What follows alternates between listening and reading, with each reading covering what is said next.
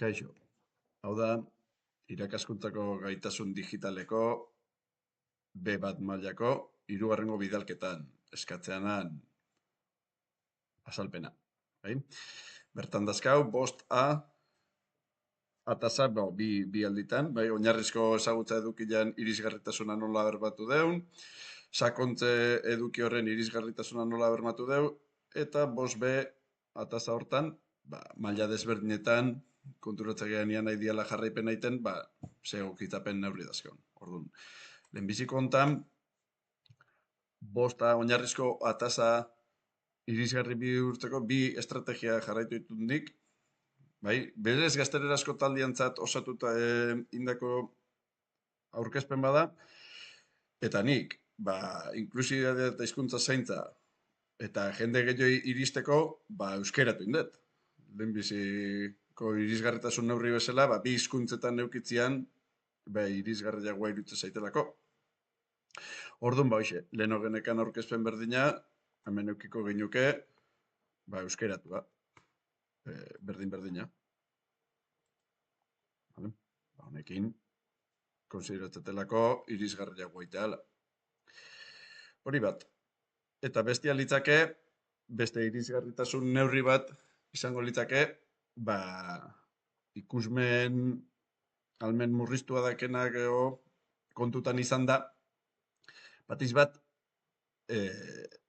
tamaina handiago izango guen aurkezpen bat, letra tamaina handiago izango guen aurkezpen bat eukitzia, eta horrek askotan igual ekarriko gure bai edukiak neurri batean pixkan murriztuta dautia. Bai? Bueno, eta hauxe izango litzake. Lehen dakaun oinarrizko, aurkezpen originala barkatu, badakat letra tamaino handiagoak irinda, bai? Hemen guzti horietan, bai? Eta hau askotan ez ikusmen urritasuna daken antzako, baizik eta gela batzutan, distantzia diala eta letra tamaino gatikan atzian dauenak ez duelako ondo ikusten. Hor ja landu erko ginuke, zein nun eseritzean eta guzti hori. Digitalki itea daunan enean, neurri hau erabakit. Bi neurri hauek kasu honetan. Gero, sakontze edukian, kasu honetan bideo hasian eta apunte batzuk, pentsatutena azpitituluak gehitzia bideo hori,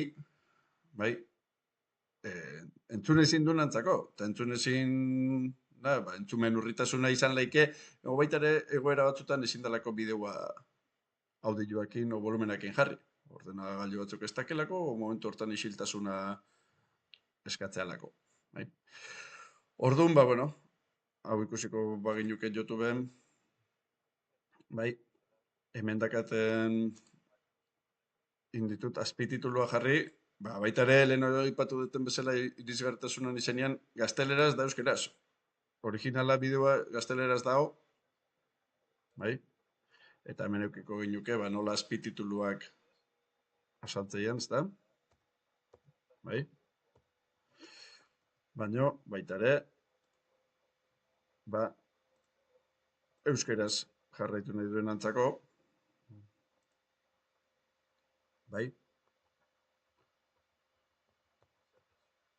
euskerazko azpitituluak ipin ditut.